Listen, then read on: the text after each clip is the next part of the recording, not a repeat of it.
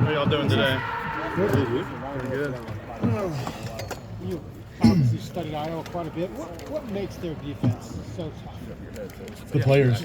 I think it's the culture that the coaches instill in them, and the players play really tough. They're all really strong, and they're all really athletic, and they do their job, most importantly. 2 years ago, obviously, here, Ohio State won 54-10, but couldn't run the ball very well. Have you studied that tape? I mean, particularly against the run, what makes it tough? They play their gaps. Their D linemen 2 gaps, so they let the linebackers fly around back there, and they have really athletic linebackers that'll make plays when the defensive line takes up gaps. Specifically that defensive tackle tandem, Aaron Graves, Yaya Black. What challenges do you see from them? And they're both big guys at 300 pounds, and the test they'll present to you guys on the interior. I've got a lot of respect for the way they play. They play hard. They come off the ball. They strike you. And that's really what they're really good at, is they're coming off the ball, putting 2 hands in you, and really forcing you to work on your technique. And if you're not perfect with your technique, they're going to make a play. Seth, you mentioned that 2-gap D-line, so linebackers have to. I mean, linebackers are staple of Iowa defense. What stands out about them, and how important will it be for you guys to get to that second level to kind of keep? And maybe a player to be named. Their defense relies on them to make the tackles, and when they get a chance to tackle, they tackle. So I got a lot of respect for the way those guys play. And it's going to be an interesting challenge to go up against them. So what's it like to be going against these teams? You know what I mean? That you haven't grown up playing against. If you follow my draft, being at Alabama for so long, is it every week an intense homework session for you? What is it like? Yeah, I really had growing up in the SEC. I really had to do my research about the schools we play because I don't really. Coming from the SEC, I didn't really know what it means to play a team like Iowa. Yeah. I know they're always top-ranked in defense, and they're always great on special teams. And so I've done my research, and I've kind of understand what this game means. It's all about toughness, who's going to out-tough who, and who's going to run the ball, who's going to stop the run. That's all this game comes down to. Do you like that? I mean, as a player? Yeah, it's a lot of fun. You know what I mean? It's kind of straight up right in your face, right? Yeah, it is. It's really just going to be a test to see how far along we've come. And if we can run the ball, then that means we're where we need to be. And if we can't run the ball, then that means we have a lot of stuff to work on. Is there a word that best describes their defense? Is it sound? What is the one word you would describe? How would you describe their defense? Yeah, sound's a great word. Tough.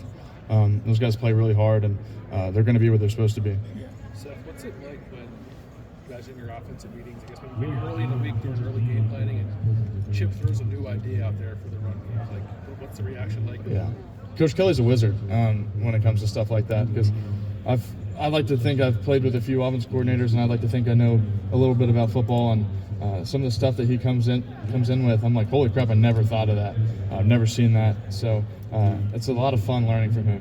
When he does introduce a new idea, how many times do you guys feel like you have to run it in practice before he is satisfied with it or something? I think they do a really good job of teaching what exactly he wants out of each play. So it's not a whole lot. I think we've got really smart guys in the room that can adapt to whatever Coach Kelly throws at us.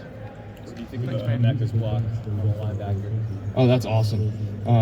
When you get wide receivers pulling around in the box like that and just laying out a guy that's known to be a tough guy, number 27, it's electric to see. And then, I don't know if people saw it, but it was down towards the corner of the end zone. We ran a toss sweep, and Mex just driving the corner into the ground. You see that out there, you just get fired up. What was the first start for you like on the road, hostile environment, making the calls at the line? You've done it before, obviously, but being here with this offense, what was that like? Yeah, it's a lot of fun. I love playing on the road, especially when you're comfortable with the plan, and you can have a variety of cadences to work with.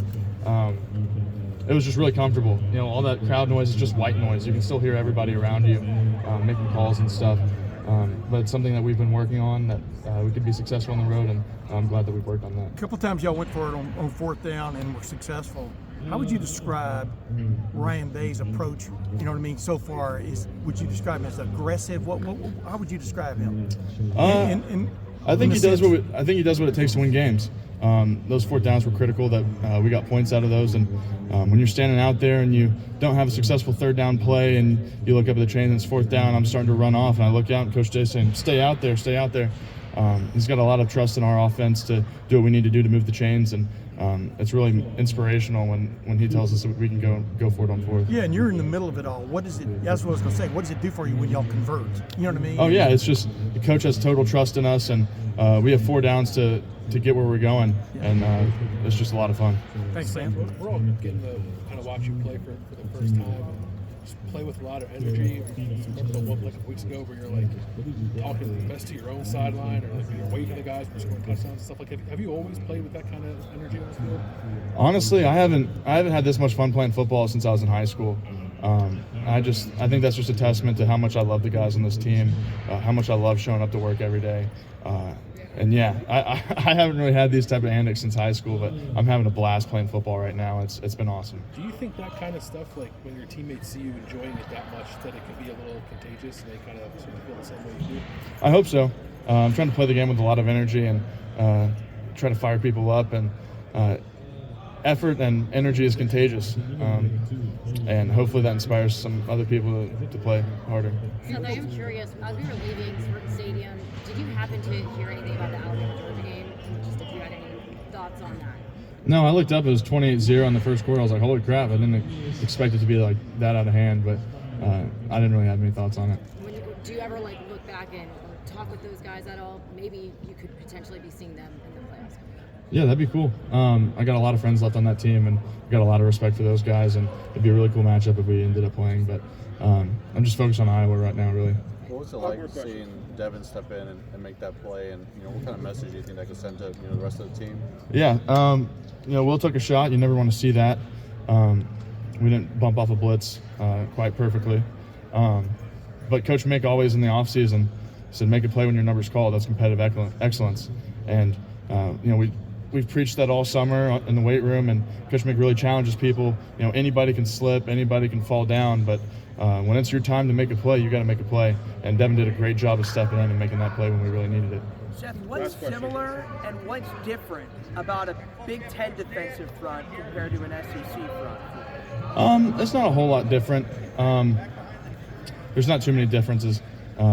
It's just a new it's just different challenges. But it's from team to team. I wouldn't say there's a huge difference. I've only played one Big Ten team though, but it's a lot of fun both conferences. Thank you. I appreciate y'all.